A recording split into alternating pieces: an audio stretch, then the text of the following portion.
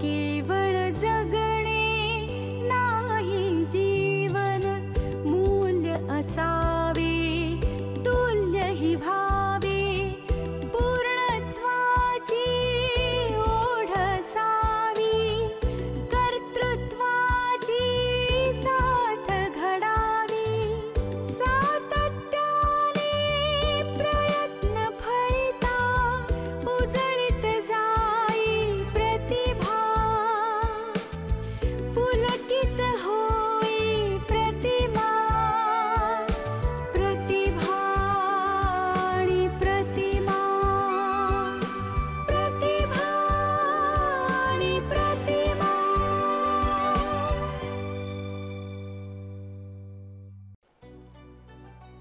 नमस्कार रसिक हो. प्रतिभा आणि प्रतिमामध्ये मी आपल्या सगळ्यांचं मनापासून स्वागत करते.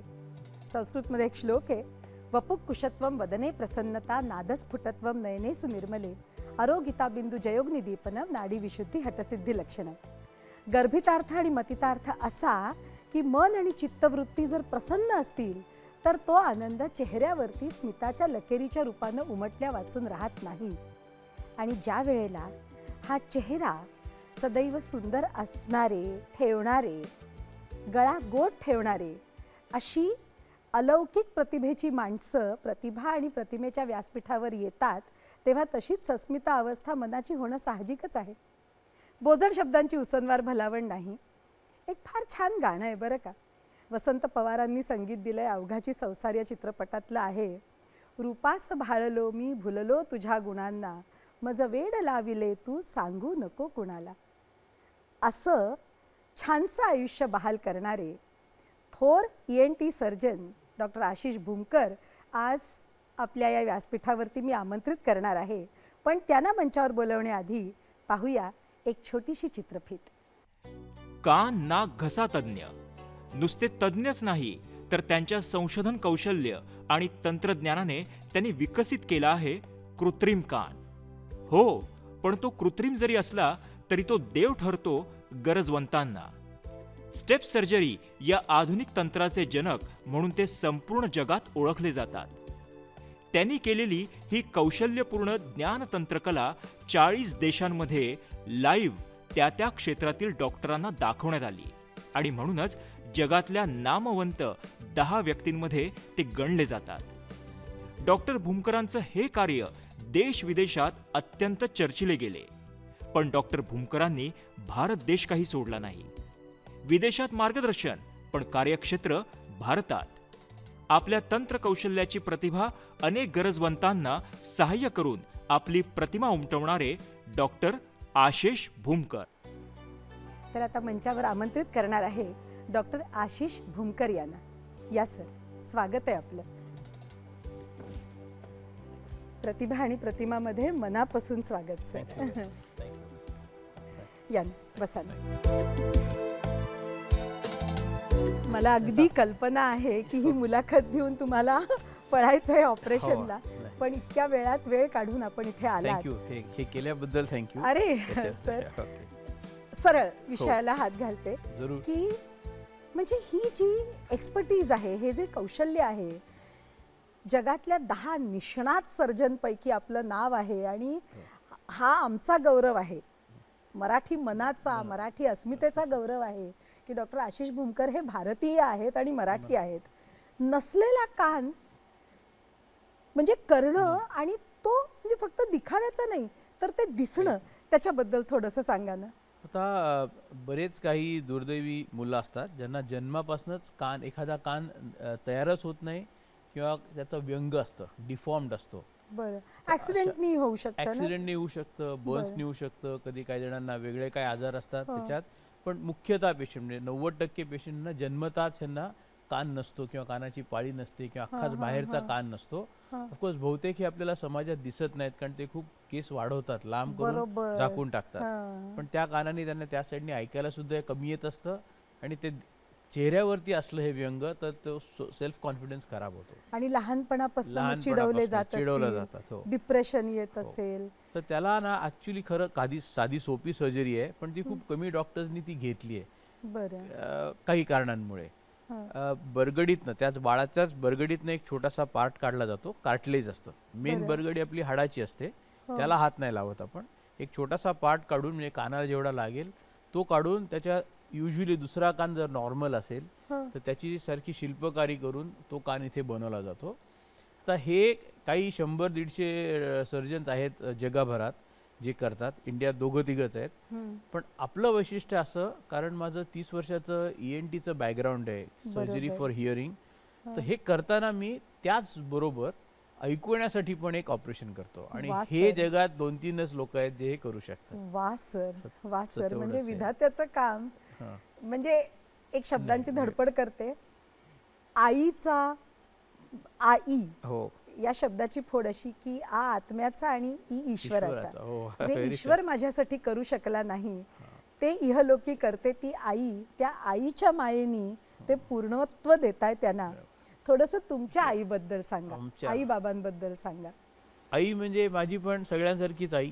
प्रेम, आई म्हणजे प्रेमळ, त्याच्या पलीकडे काही नसतं. आणि अनकंडिशनल जे प्रेम असतं, जे आईचं म्हणजे माझ्या मते तर सर्वात उच्च स्थान आहे त्या प्रेमाला, अगदी निर्मळतेमध्ये आणि अनकंडिशनॅलिटीमध्ये.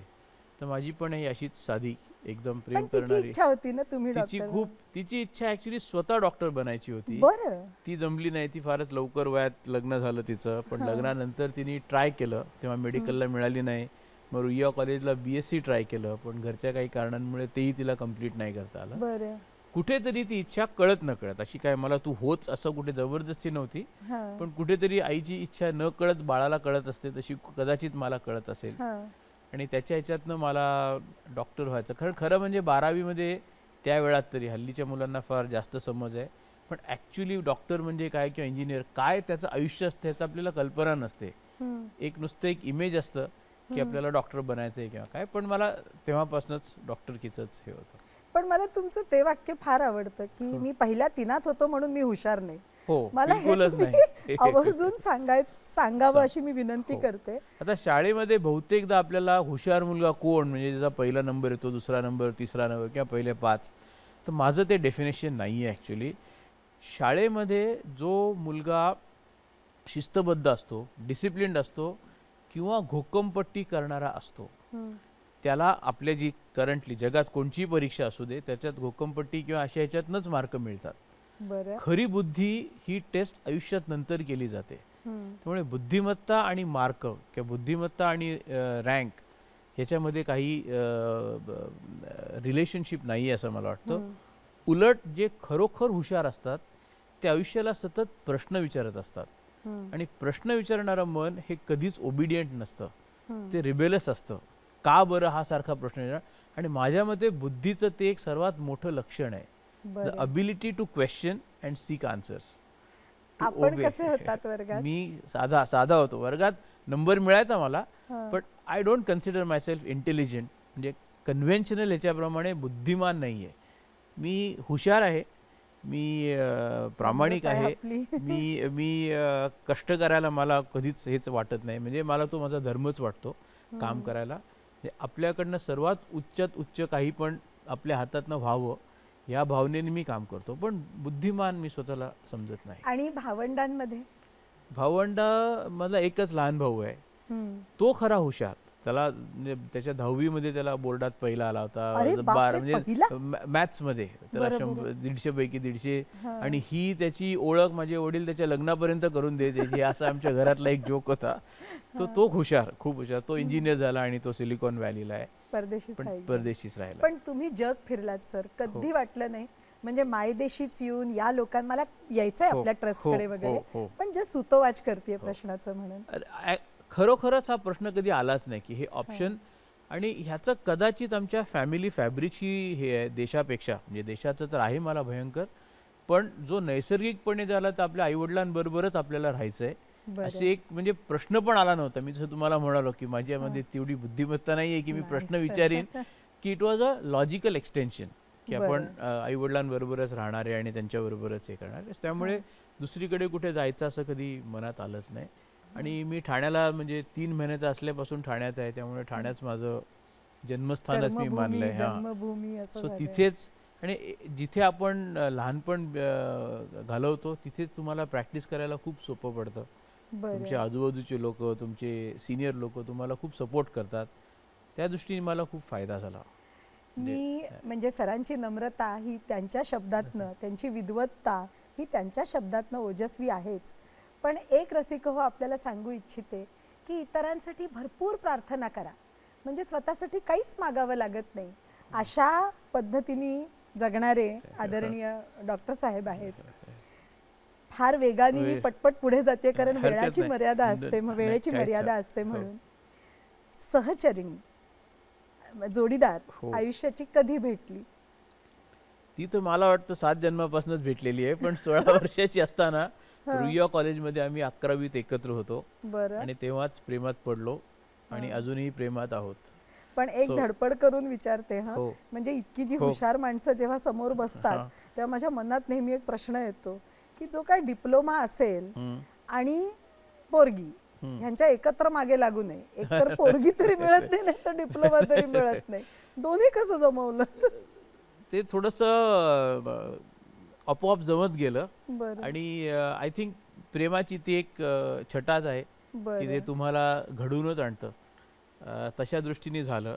ठीक होतो कधी कधी एक्स्ट्रीम करिअरकडे किंवा कधी कधी एक्स्ट्रीम बायकोकडे, पण ओव्हरऑल मीडियम बॅलन्स सर, हा कळत न प्रश्न कळत मी एवढ्यासाठी विचारला कारण ज्या वेळेला दोघंही कर्तृत्ववान असतात आणि आपल्या चिरंजीवांबद्दल मला माहिती आहे की तो पण अगदी निष्णात आहे, तेव्हा नात्यांना जी जागा द्यावी लागते, जी स्पेस द्यावी लागते, म्हणजे दोघं समसमान आपल्या उत्तुंग शिखरापर्यंत पोहोचू शकतात, हे सगळ्यांपर्यंत पोहोचणं माझ्या मते फार गरजेचं आहे. अगदी खरं आहे. म्हणजे आमचं डेफिनेशन प्रेमाचं असं आहे की you should be able to introduce yourself to yourself. Wow. की मी जर का माझ्या बायकोला तिच्यातली व्यक्तीलाच मॅक्सिमम स्कोप देऊ शकलो तर ती माझी प्रेमाची कल्पना आहे. माझी प्रेमाची कल्पना अशी पोझेशनची नाही आहे. It is about giving freedom आणि allowing a person to grow. सरांची खूप गप्पा मारायच्या आहेत. आत्ता तर कुठे सुरुवात झाली आहे, पण एका ब्रेकची वेळ झाली आहे. छोटासा ब्रेक घेऊया आणि पटकन परत येऊया प्रतिभा आणि प्रतिमामध्ये. प्रतिभा आणि प्रतिमा. ब्रेक नंतर पुन्हा एकदा स्वागत करते प्रतिभा आणि प्रतिमामध्ये, आणि आपण मनमोकळ्या गप्पा मारतोय डॉक्टर आशिष भूमकर यांच्याशी. आवड आणि आत्मविश्वास असेल तर काहीच अशक्य नाही, हे आपल्याकडे बघून मला जाणवतं. आपण देवळात जाता? हा सरळ प्रश्न असेल तर त्याचं सरळ उत्तर नाहीये, मला वाटलं पण होतं. ह्याचं खरं उत्तर आहे की हो. बरं. कारण देऊळ म्हणजे काय ह्याचा जर का तुम्ही विचार केला तर एखादं नुसतं वास्तू म्हणजे देऊळ नाही, पण माझं क्लिनिक किंवा माझं हॉस्पिटलच माझं देऊळ आहे असं माझी भावना आहे. आणि देवाला मूर्तीत न शोधता मी माझ्या पेशंटमध्येच माझा देव आहे. त्यामुळे मी देवळात जाण्यापेक्षा रोजच माझ्याकडे एवढे प्रमाणामध्ये पेशंट देवाच्या रूपाने येत असतात. हाच माझा धर्म आहे एक डॉक्टर म्हणून. अशा भावनेने माझी प्रॅक्टिस मी इतके 30 वर्ष सर, केली. हा प्रश्न मी आवर्जून विचारला कारण मी हे सगळं स्वतः पाहिलेलं आहे आणि इतका प्रचंड आदर आहे आपल्याबद्दल मनामध्ये. आता मूळ माझ्या प्रश्नाकडे येते तो असा की आपण फ्रान्समध्ये जाऊन ही कला शिकलात. जपानमधल्या डॉक्टरांनी आपल्याला त्याच्या आपल्या मुखातूनच ऐकायला आवडेल. आणि देऊळ मात्र भारतात बांधलं. देऊळ तर इथेच आहे, पण म्हणजे हे योगायोगाने माझ्या अगोदर मी ही जी मायक्रोशियाची सर्जरी करण्या अगोदर, मी फक्त रिपीट करते, मायक्रोशिया म्हणतात. मायक्रोशिया असा शब्द म्हणजे मायक्रो म्हणजे छोटा आणि ओशिया म्हणजे कान. बरोबर. म्हणजे छोटा कान किंवा नसलेला कान, त्याला मायक्रोशिया म्हणतात. जी सर. ह्या ऑपरेशनला मी योगायोगाने आलो. खरं तर म्हणजे माझं स्पेशालिटी होतं की जे बहिरे असतात, ऐकायला ज्यांना कमी येतं किंवा कमी होत जातं, त्यांच्यासाठी एक स्पेशल ऑपरेशन केलं जातं, स्टेपिसचं ऑपरेशन किंवा त्याला पिस्टन ऑपरेशन म्हणतात. हळूहळू जसं म्हणजे डोळ्यामध्ये कसा मोतीबिंदू होतो आणि आपल्याला ते एक लेन्स कडक होत जाते, अशी पडद्याच्या मागे एक साखळी असते, ती हळूहळू कडक होत जाते. याचा वयाशी डायरेक्टली संबंध नाही, कोणत्याही वयात होऊ शकतं. तर ती बिना काही कट करून एक लेझरनी त्याला तसंच मोतीबिंदूसारखंच एक छोटंसं ऑपरेशन करून एकदम छान ऐकायला येऊ शकतं, हिअरिंग एडची गरज नाही वगैरे वगैरे. वा. हा पहिल्या 10 ते 15 वर्ष माझ्या करिअरमधला मेन फोकस होता. बरं. तर ज्या सेंटरला मी जायचो फ्रान्समध्ये हे शिकायला आणि नंतर शिकवायला, तिथे एक फ्रेंच लेडी डॉक्टर होती, त्या तिकडे आल्या होत्या आणि त्यांच्याशी माझी भेट झाली आणि ते ही मायक्रोशियाची सर्जरी करायचे. बरं. सो ही मायक्रोशिया सर्जरी तोपर्यंत प्लास्टिक सर्जन्स करायचे, ENT सर्जन्स करायचे नाहीत. बरोबर. पण ते मी बघितलं, मग त्यांनी मला खूप इझिली आणि प्रेमाने वेलकम केलं त्यांच्या ऑपरेशन थिएटरमध्ये. इनिशिएशन त्यांनी केलं. पण मग मला त्यांच्यापेक्षा कलाच्या दृष्टीने खूप थोर असलेला एक म्हणजे जगातला सर्वात मोठा टीचर आणि आमचा गुरु एक नागाटा म्हणून आहे जपानमध्ये. त्यांनी फक्त आयुष्य त्याचं ह्याच्यासाठीच केलं आहे, फक्त मायक्रोशिया. ते हिअरिंगचं ऑपरेशन नाही करत, पण मायक्रोशियाचं मिलीमीटर बाय मिलीमीटर प्रिसिजन आणि हे त्या माणसाने सगळे फॉर्म्युले दिलेले आहेत आणि खूप जीव ओतून शिकवत होतो. त्यामुळे मी जपानला बऱ्याच वेळा त्यांच्याकडे जाऊन शिकून आलो आहे आणि कधी आजही कोणची कठीण केस असली की त्यांना ईमेलवर पाठवलं की ते अगदी डिटेलमध्ये रिस्पॉन्स देतात.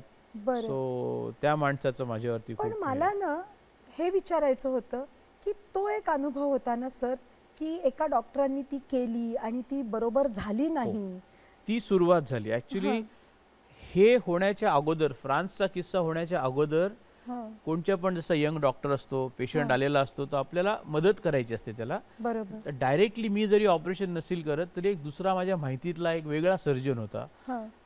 मी नकळत एक नैतिक जबाबदारी घेतली आणि त्या पेशंटला बोललो, ठीक आहे, तुझ्या बाळाला कान नाहीये तर आपण दुसऱ्या डॉक्टरला बोलून करूया. बरं. अनफॉर्च्युनेटली जसं आयुष्यात आणि सर्जरीमध्ये होतं, ती केस बरोबर झाली नाही, फेल झाली. अरे रे.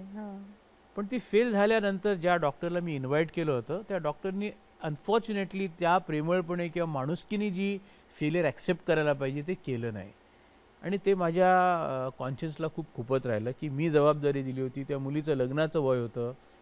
तिची होणारी सासू ॲक्च्युली आली, मला म्हणे नुसती कानाची पाळी द्या मला बाळाला बनवून माझ्या मुलीला, की आमची फॅमिलीची जे काय हेअरलूम ज्वेलरी असते ती तरी तिने घालायला पाहिजे.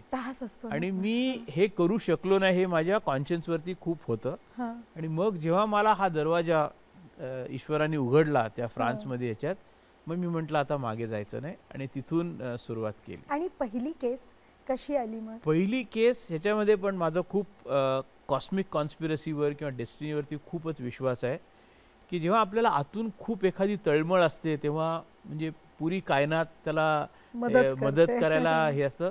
तर पहिला पेशंट माझा नाशिकहून आला, त्याचं नाव ओमकार. मी फ्रान्सला हे सगळं बघून आलो आणि हा ओमकार माझ्या क्लिनिकमध्ये यावा.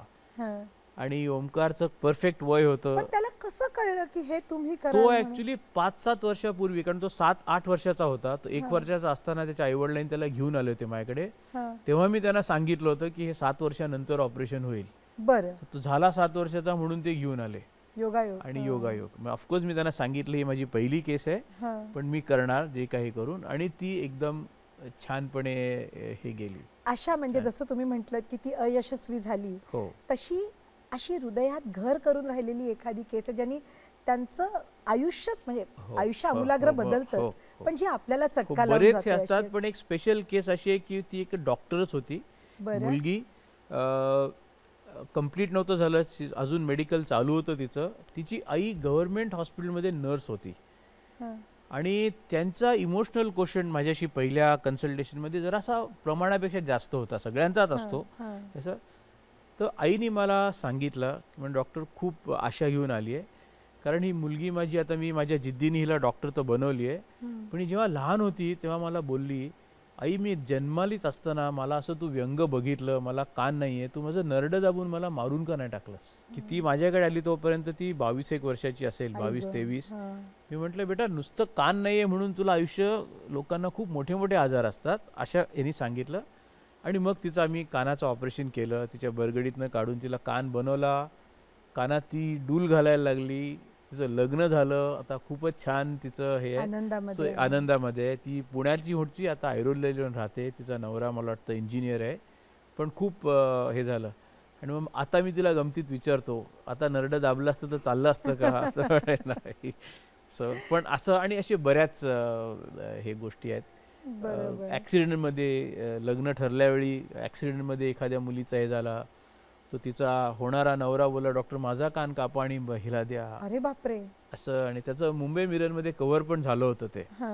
असे बऱ्याच म्हणजे भावना चिकार बऱ्याच, म्हणजे 10 पैकी 9 आया तर म्हणतात माझी बरगडी काढा, माझ्या बाळाची नका काढू. हा. तुम्ही किडनी काढून एकाची दुसऱ्याला लावू शकता, तर माझा कान काढून किंवा माझ्या बरगडीतनं का नाही कान बनवू शकत. हम्म. तो टेक्निकली आपण नाही बनवू शकत. तर म्हणून अच्छा, आपल्याला नाहीच करू शकत. दुसऱ्याचा म्हणजे दुसऱ्याची बरगडीतला पार्ट घेऊन बाळाचा नाही करू शकत. बरं बरं. कारण त्याच्यानंतर काही औषधं घ्यायला लागतात जी ह्या ऑपरेशनसाठी गरजेची नाही आहेत. पण असे खूप इमोशनल हे अपहिवल्स अनुभव आहेत. क्लिनिकमध्ये खूप हे असतात. आणि या सगळ्या हिंदोळ्यांवरती स्वार होऊन तुमच्यासारख्या निष्णात लोकांना आयुष्य सुख त्यांना द्यायचं असतं. हो. खरंच खरंच सलामी आहे कार्याला. एक पण- बाकीच्यांच्यासारखं आमचं पण काम आहे. नाही, माझ्या ही मते नम्रता नाही, झाली. नाही, नाही. पण म्हणून तुम्ही त्या खुर्चीत आणि मी या खुर्चीत आहे आज. सर, आपले चिरंजीव हम्म. इतकं म्हणजे कार्य असताना सुद्धा त्यांनी एक स्वतंत्र विश्व निवडायचं ठरवलं आणि त्याला आपण उभयतानी दुजोरा दिलात. म्हणजे इतकं हो. विश्व उभं केलंय आपण. हो. पण ही chose to be an engineer. हो. त्याला माझ्या वडिलांचा प्रभाव जास्त होता. म्हणजे लहान बरं. असताना तो आता सांगतो की मी डॅडींबरोबर हॉस्पिटलला गेलो तर मला फक्त हॉस्पिटलचा वास आणि रक्त हा एक रंग दिसायचा. माझे वडील एशियन पेंट्समध्ये होते आणि त्यांनी त्यांचा व्यवसाय सुरू केला. तो त्यांच्याबरोबर जाताना त्याला अनेक रंगांची खेळायला मिळायचं त्यांच्या फॅक्टरीत. तर कुठेतरी त्याला ती इम्प्रेशन झाली की हे तर जास्त फन आहे मेडिकलपेक्षा. दुसरं, तो खऱ्या अर्थाने हुशार आहे. आणि त्याला डॉक्टर कसं असतं, एक लिनियर लाईफ जगतो. त्याचे चॅलेंजेस जे असतात डॉक्टरचं, म्हणजे तेच ऑपरेशन तुम्ही करत जाऊन सुधारत जाता. पण बिझनेसमध्ये तो बिझनेस एंटरप्रेन्योर झाला आहे. केमिकल इंजिनिअरिंग झाला बर्कलीमधनं, अमेरिकेमधनं. मग केम्ब्रिजमध्ये जाऊन त्यांनी मास्टर्स केलं. सो उच्च दर्जाचं त्याचं शिक्षण आहे, त्याचा विचाराची क्वालिटी आणि व्हिजन ऑफ गातोही लाईफ. छान, हां. आणि त्याला 5-6 वर्षाचा त्याच्या अगोदरपासूनच गाण्याची, हिंदुस्थानी क्लासिकल गाण्याची खूप आवड झाली. धोंडूताई कुलकर्णींकडे जवळजवळ 3-4 वर्ष त्यांनी शिक्षण घेतलं आणि नंतर किशोरीताईंचा तो अगदी फेवरेट डिसायपल झाला. काहीही असो, हो. स्वतःचं विश्व तो आकारत असला हो. तरी आपल्या या महाविश्वाकडे मला यायचं आहे परत. हो. ब्रेकची वेळ झाली आहे. घेऊया एक छोटासा ब्रेक रसिक हो, आणि मग गप्पांना परत सुरुवात करूया डॉक्टर भूमकरांशी. प्रतिभा आणि प्रतिमा. ब्रेक नंतर पुन्हा एकदा स्वागत करते प्रतिभा आणि प्रतिमामध्ये, आणि आपण गप्पा मारतोय डॉक्टर आशिष भूमकर यांच्याशी. सर, आपले आशिष घेऊन आपली ज्ञानेंद्रिय समृद्ध करणारी हो. जी गरजवंत आहेत, हो. म्हणजे कारण ही सगळीच हो, हे सगळेच सगळेच आमूलाग्र sense, घटक हो, आहेत आपले. हो. तर त्याच्याबद्दल थोडंसं सांगा ना मला. म्हणजे स्पेसिफिकली मी आवाजाबद्दल म्हणू, चालेल कशाबद्दल? ना, चालेल. कारण ज्यांनी आता मी सुरुवात करायची. कानाचा जरी डॉक्टर म्हणजे त्याच्यामध्ये माझं जगात स्पेशल स्थान असलं तरी मी एक जनरल ENT म्हणजे नाकाचे, सायनसचे किंवा आवाजाचे, हां, स्वरयंत्राशी रिलेटेड, घशाशी रिलेटेड ह्याचे पण उपचार करतो. बरं.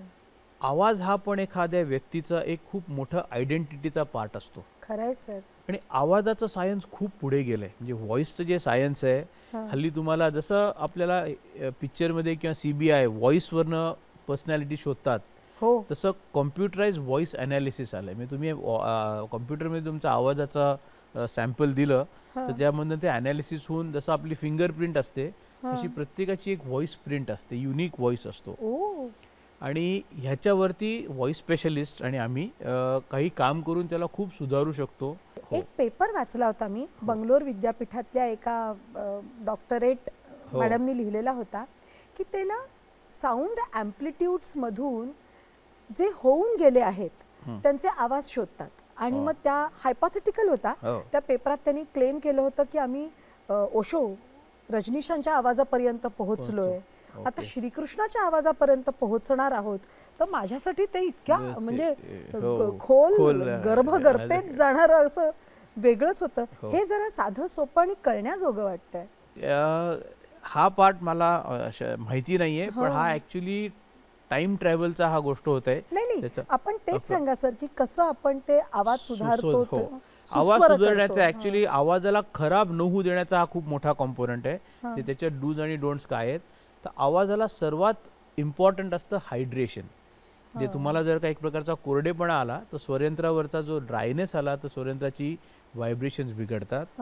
आणि सर्वात मोठं सिक्रेट आवाजाचं असं आहे की जसं पेटीला 2 भाग असतात, एक एक कीज असतात, पण त्या कीज तुम्ही किती जोरात दाबल्या तरी आवाज बदलत नाही. मेन पॉवर तुमच्या भात्यात नाही, ते श्वास. तर सगळ्या लोकांना वाटतं की माझ्या आवाजाचं सगळं कॉन्सन्ट्रेशन इथे आहे. तर मेन आवाजाचा ऑर्गन हा तुमचा डायफ्राम किंवा तुमचा चेस्ट आहे. याच्यात येणारी जी हवा आहे ही हवा ॲक्च्युली तुमच्या व्हॉइसला पॉवर करते. आणि याच्यात गंमत अशी आहे की शिट्टी कोणी पण वाजवली, तुमची शिट्टी, माझी शिट्टी, कोणाची शिट्टी, लहान मुलाची, मोठ्या माणसाची शिट्टी सेम असते. तुम्हाला सांगता येत नाही केलं तर मुलाची शिट्टी आहे का मुलीची शिट्टी आहे, कोणी वाजवली. ही शिट्टी म्हणजे स्वरयंत्रातनं येणारे ॲक्च्युली व्हायब्रेशन्स. आणि नंतर तुमचा आणि माझा आवाज वेगळा कसा, तो वरती जो रेझोनेट होतो त्यांनी पर्सनॅलिटी येते. म्हणजे मी आता नुसते नाक असं दाबलं तर माझा आवाज बदलला. तो घुमण्याची क्रिया जी आहे ती ॲक्च्युली आपल्याला, म्हणून आपण भीमसेन जोशी वगैरे गाताना वेडेवाकडे तोंड करायचे, तर ते हे रेझोनेटिंग ट्यूब आहे तिला ते ऑल्टर करतात आणि आवाजाची क्वालिटीला हे करतात. तर आवाजामध्ये ह्या बऱ्याच छोट्या छोट्या गोष्टी करून आवाजाला खंबीरपणा आणि एक प्रकारची पॉवर आणण्याचं सायन्स आता खूपच पुढे गेलेलं आहे. म्हणजे नेहमी असं वाटायचं की जशा भावना ॲब्स्ट्रॅक्ट आहेत तसा हा आवाजाचा जो स्पर्श आहे तो ॲब्स्ट्रॅक्ट आहे, पण तो सुद्धा तुमच्या आवाज सुद्धा सायन्स आणि आर्ट ह्या झोन मध्ये अगदीच आलेला आहे.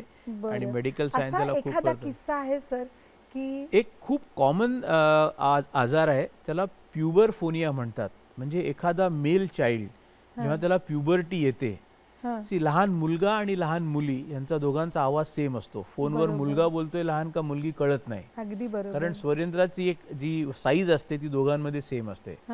जसा ॲडल्टहुड मध्ये मेल जेंडरला कंठ फुटतो म्हणतो आपण, तर स्वरयंत्राचं लेंथ वाढतं, म्हणून माणसाचा आवाज फुटतो आणि बाईचा आवाज जवळजवळ मुलासारखाच राहतो. तर काही मुलं असतात ह्या ॲडोलेसंट एज ग्रुपमध्ये 16-17, पण it can continue later in life, ते मुलीच्याच आवाजात बोलतात किंवा त्यांना तो मुलाचा आवाज आपल्या कंठातनं फुटतोय याची भीती वाटते. याला एक सायकोलॉजिकल बेसिस आहे, इमोशनल बेसिस आहे, पण त्याला प्युबरफोनिया असं म्हणतात. आणि ह्याला आमच्याकडे आमच्या व्हॉइस स्पेशलिस्ट जादूनी 2 मिनिटात बरं करू शकतात. म्हणजे 4-4 वर्ष, कारण हा कॉन्फिडन्स जातो त्यांचा. ॲडल्ट लाईफमध्ये तुम्ही बाईच्या आवाजात बोलत असला तर तुमच्या आवाजात दम येत नाही, तुम्हाला त्याचा एक कॉम्प्लेक्स येतो. फोनवर बोलतो अरे जरा म्हणजे घरच्या माणसाला फोन दे असं वगैरे बरंच. आणि खूप पर्सनॅलिटीज आहेत ज्यांना हा त्रास होता, त्यांना सिम्पल डिजिटल मॅनिप्युलेशन करून लगेच तो आवाज आपण नॉर्मल करू शकतो. हे व्हॉइसच्या फील्ड मधलं जादूगिरीचं काम आहे. जादूगारच आहात. एखादा किस्सा आहे? एखादा किस्सा म्हणजे ज्याचं आयुष्य बदललं. हे असे खूप पेशंट असतात जे येतात, असा एकदम पटकन लक्षात येत नाही, पण अशी खूप पेशंट असतात. अनफॉर्च्युनेटली त्यांना हे गायडन्स दिलं जात नाही. सर्वसाधारण डॉक्टर्सना माहीत नसतं की हा असा सिम्पल एक डिजिटल मॅनिप्युलेशन करून आपण यांचा आवाज नॉर्मल करू शकतो. त्यामुळे असे येणारे बरेच पेशंट आहेत जे त्यांना स्वतःचाच विश्वास बसत नाही की इतकं सोपं होतं का आणि मी इतके वर्ष का बरं हे सहन केलं. हा जो म्हणजे डिप्रेशन मधनं बाहेर आलेला एखादा माणूस जो येऊन म्हणाला की तुमच्यामुळे माझं आयुष्य आमूलाग्र बदलून गेलं, आता त्याचे पेशंट माझ्याकडे खूप जास्त नाही आहेत. पण हे जे हल्ली सेक्स चेंज ऑपरेशन होतात, म्हणजे मुलगा एखादा मुलीचं हे करतो, त्यावेळी त्यांचे व्होकल कॉर्डला पण आम्हाला परत पुरुषापासून बाईचं करायला लागतं. त्यांना लेझरने आम्हाला त्यांची व्होकल कॉर्डची साईज कमी करायला लागते. ऑफकोर्स यांच्या सगळ्या आयडेंटिटीज आम्हाला हाईड करायला लागतात. याच्यात माझं फार एक्सपर्टीज नाहीये, पण सायन्स इथपर्यंत पोहोचलंय की स्वरयंत्राला सुद्धा आपण पुरुषाचं बाईचं किंवा बाईला पुरुषाचं करू शकतो. म्हणजे ज्याला आपण जॉ ड्रॉप्ड म्हणतो ना, की खालचा जबडा असा खालतीच पडलेला राहील आणि आपण असं आव असून ऐकत राहू की कुठे पोचला आहात तुम्ही मंडळी, कुठे घेऊन गेला आहात. आणि इतकी म्हणजे इतकं कौशल्य, इतकी डेक्स्टेरिटी. सर तुम्हाला असं वाटतं की आपण भारतीय मंडळी बोटानी खातो म्हणून आपली बोटं जास्त डेक्स्ट्रस असतात? असं मला वाटण्यापेक्षा आपले सगळे वेस्टर्न डॉक्टरना ते वाटतं. सगळं तुम्हाला ॲडव्हान्टेजच आहे, तुम्ही सगळ्या बोटानीच सगळं करता आधीपासूनच. आम्ही काटे चमच्यानी खातो किंवा हे चायनीज लोक नूडल्सनी खातात. पण आहे माझ्या मते आपले जे फाईन मोटर स्किल्स आहेत ही कारागिरी माझ्या मते आपल्या इंडियन लोकांना आहे. कारण आपली तुम्ही पूर्वीची देवळं बघा, केव्स बघा, कारागिरी ही माझ्या मते आपल्या भारतीय रक्तात आहे. आणि सर्जरीमध्ये कारागिरी विथ सर्टन सायन्स, म्हणजे माझ्या मते तर सर्जरी ही इज अन आर्ट फॉर्म आणि सायन्स त्याचा नुसता बेस आहे. That is the. या एका ओळखी अनोळखीच्या वळणावरती आपण एक छोटासा ब्रेक घेऊया आणि मग पुन्हा गप्पा मारूया डॉक्टर आशिष भूमकर यांच्याशी. कुठेही जायचं नाही, मला खात्री आहे तुम्ही जाणारच नाही. कारण जेव्हा अशी एखादी वहिवाट असते जी नव्याने आपण पादाक्रांत करत असतो तेव्हा कुठे जावंसच वाटत नाही. भेटूया प्रतिभा आणि प्रतिमामध्ये लवकरच. प्रतिभा आणि प्रतिमा. ब्रेक नंतर पुन्हा एकदा स्वागत करते प्रतिभा आणि प्रतिमामध्ये आणि आपण गप्पा मारतोय डॉक्टर आशिष भूमकर यांच्याशी. सर, माझी अवस्था अशी आहे माहिती, मन गरगर ते आवरतं, मन रान भूल मन चकवा, सगळंच नवीन आहे. परत एकदा त्याच्याचकडे येते, आपल्या कौशल्याकडे, जे जगदविख्यात आहे की 1, 2, 3 मध्ये किती नम्रपणे तुम्ही म्हणालात की मी कधी नम्रात नव्हतो, जगातल्या नम्रात आहात तुम्ही. तर हे जे मायक्रोशिया आहे, कान नव्याने शिवणं आहे, मला म्हणजे त्याच्याबद्दल थोडंसं ऐकायचं आहे. ते अजून पूर्ण झालं नाही. पूर्ण झालं नाही. हो, म्हणजे काही जणांना एक कान नसतो किंवा काही जणांना दोन्ही कान नसतात जन्मापासून. मग त्यांना एक तर ऑफकोर्स बाहेरनं दिसणारं व्यंग आणि मग हिअरिंग, जवळजवळ त्यांचं 50-60% हिअरिंग नॉर्मल माणसापेक्षा कमी असतं. तर अशा लोकांना आपण हिअरिंग देऊ शकतो.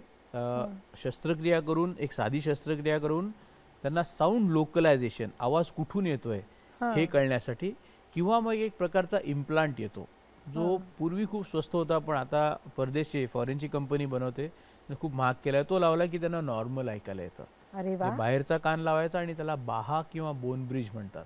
पण ते ऑफकोर्स बोन ब्रिज, पण त्याचं डिव्हाइस असतं आणि ते दिसतं तुम्हाला, म्हणजे मॅग्नेटनी ते चिटकवलेलं असतं. पण हे लावलं की त्यांना एकदम 100% ऐकायला येतं, एकदम नॉर्मल. अशी एक पेशंट आमची घाटकोपरची, जिला दोन्ही साईडला कान नव्हते, जन्मताच दोन्ही साईडला कान नव्हते. ती 8 वर्षाची असताना आमच्याकडे आली. तर तिला एक टप्प्याटप्प्याने आम्ही एक कान बनवला, मग दुसरा कान बनवला. त्यावेळी ऐकण्याचे ऑपरेशन एकत्र करत नव्हतो मी, हे आता करायला लागलो. मग हळूहळू तिच्या एका कानाचं ऑपरेशन केलं, ऐकण्याचं दुसऱ्या. आता ती BCom झाली, आता MComचं तिचं हे चालू आहे आणि लग्नाची तयारीची हे आहे. सर, आपण रुपलशी बोलूया, म्हणजे रुपल आपल्या स्टुडिओमध्ये बोलवूया. पण मला एक सांगा की ज्यांना, म्हणजे आता रुपल सारख्या मुलांना कानच नाही, तर त्यांना ऐकूच आलं नाही, तर त्यांच्या बोलण्यामध्ये किंवा त्यांच्या हे जे ह्या ज्या आजारामुळे जे ऐकणं नसतं, हे मूकबधीर असतात, हे तसे पेशंट नसतात. बरं. मूकबधीरांना आतला कानच मुळात, म्हणजे मी म्हणतो फ्यूज, इलेक्ट्रिकल सर्किटच निसर्गाने दिलेलं नसतं. बरं. पण हे जे पेशंट आहेत त्यांना बल्ब किंवा बटन नाही असं समजा, फ्यूज चांगला आहे. त्यामुळे आपल्या हाडांमधनं आपण पापड खात असतो तेव्हा चावण्याचा कुरुम कुरुम कसा आवाज आपल्याला पोचतो, तर आपल्या बोन्स मधनं सुद्धा साऊंड वेव्स ट्रॅव्हल होतात ब्रेनकडे. तर बोन मधलं कंडक्शन यांचं चांगलं असतं, पण इलेक्ट्रिकल सिस्टम्स पण चांगले असतात, बाहेरचा कान नाही. आणि जे मूकबधीर असतात त्यांना आवाज आत गेला तरी त्याचं स्पष्टीकरण कळत नाही.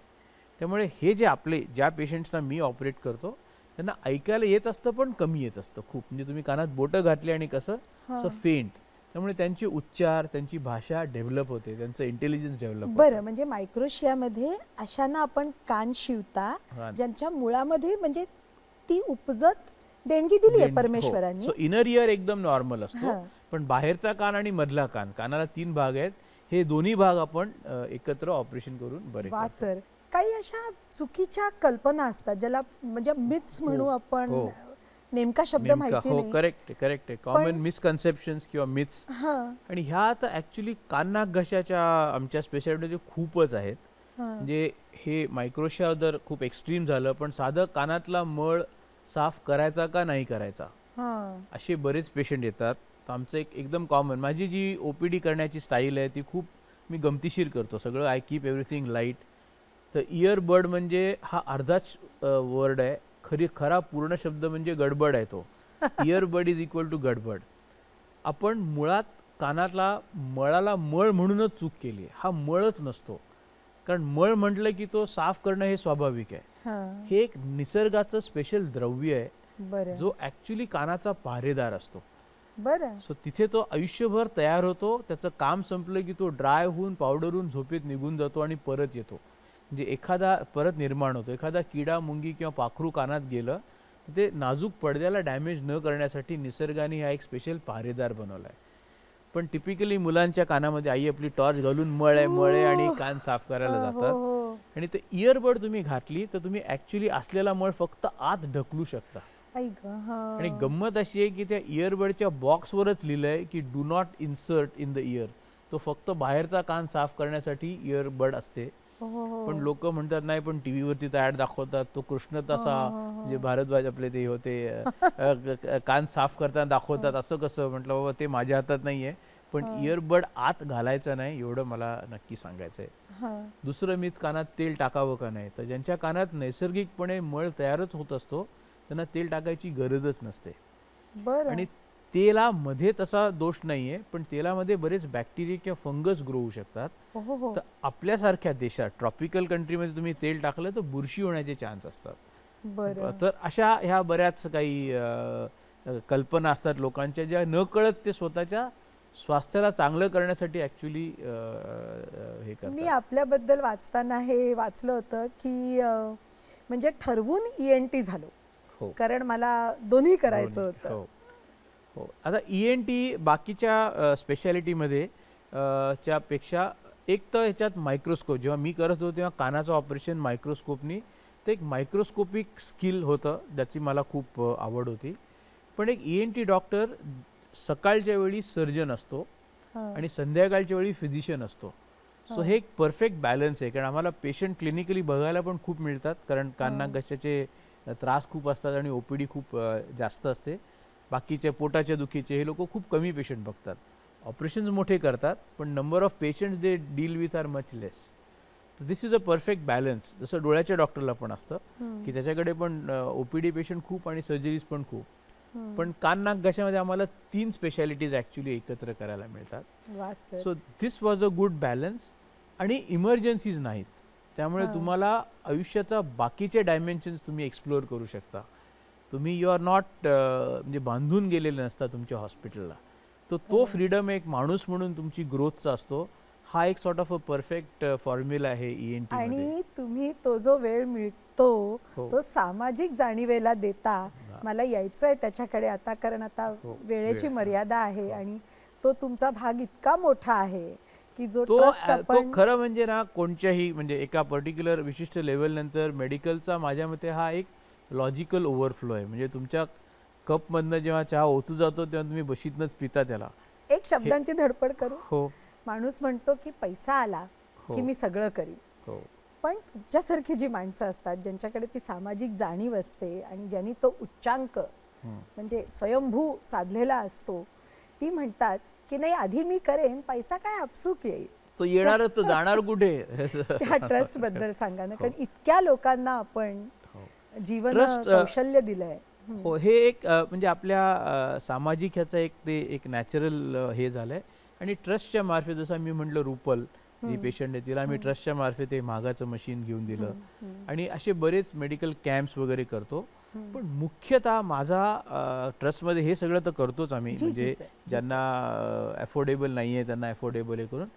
पण माझा मेन आवड मला ट्रस्टच्या मार्फत is to train younger doctors. वा कारण मला वाटतं मी 10 डॉक्टर ट्रेन केले की त्यांच्यामधून 10,000 पेशंटला त्याचा फायदा होतो. वा.